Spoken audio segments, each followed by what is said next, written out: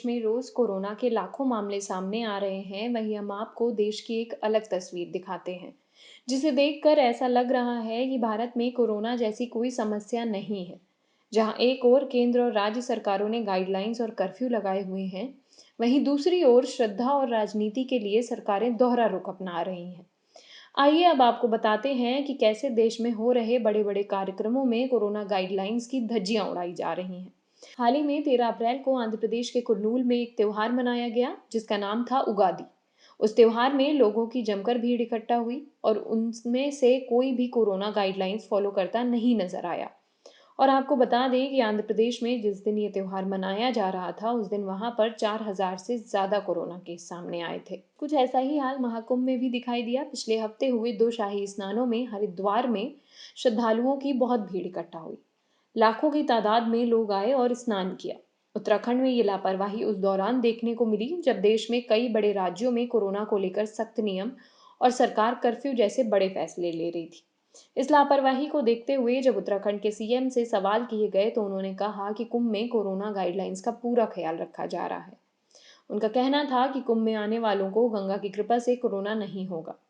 उनके इस बयान के दूसरे दिन ही हरिद्वार में संक्रमण के 1,000 मामले सामने आए, जिसके बाद से लगातार कुंभ में कोरोना के मामले बढ़ते जा रहे हैं।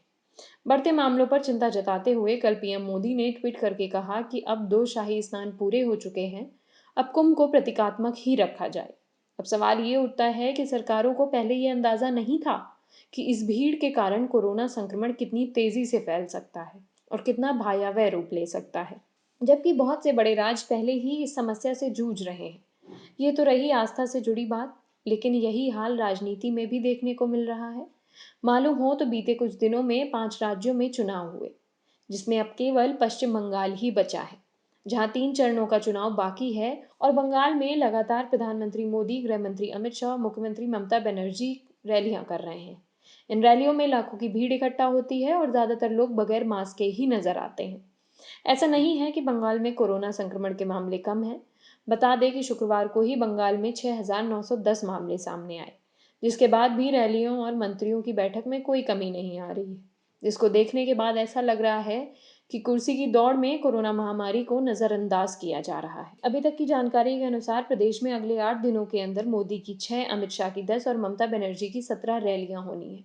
आपको बता दें कि इससे पहले केरल और असम में जहां चुनाव हो चुके हैं, वहां लगातार कोरोना का विस्फोट देखने को मिल रहा है।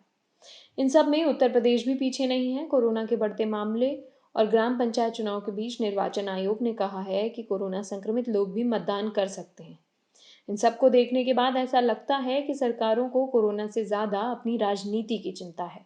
लोगों और राजनीति की इस लापरवाही का ये नतीजा है कि देश के कई शमशान घाटों पर शवों की लाइनें लग गई हैं।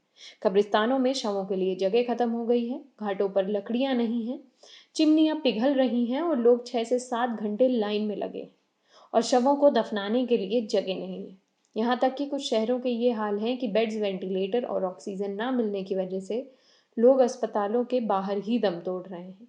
देश का ये हाल देखते हुए भी लोगों और सरकार में कोई जागरूकता नहीं दिखाई दे रही। एक तरफ नेता लोगों को एक दूसरे से दूरी बनाने और कोरोना से खुद को बचने के लिए तमाम नियम बता रहे हैं, और दूसरी ओर कुंभ और रैलियों के बड़े पैमाने पर आयोजन कर अपनी ताकत दिखाने के लिए लोगों को उन रैलियों में जुटा रहे हैं। अब देश के लोगों और नेताओं को कोरोना की गंभीरता को समझने की जरूरत है, ताकि आने वाले समय में देश के लिए स्थिति और भयानक ना हो। टाइम 8 कैपिटल के साथ अंशिका सिंह, धन्यवाद।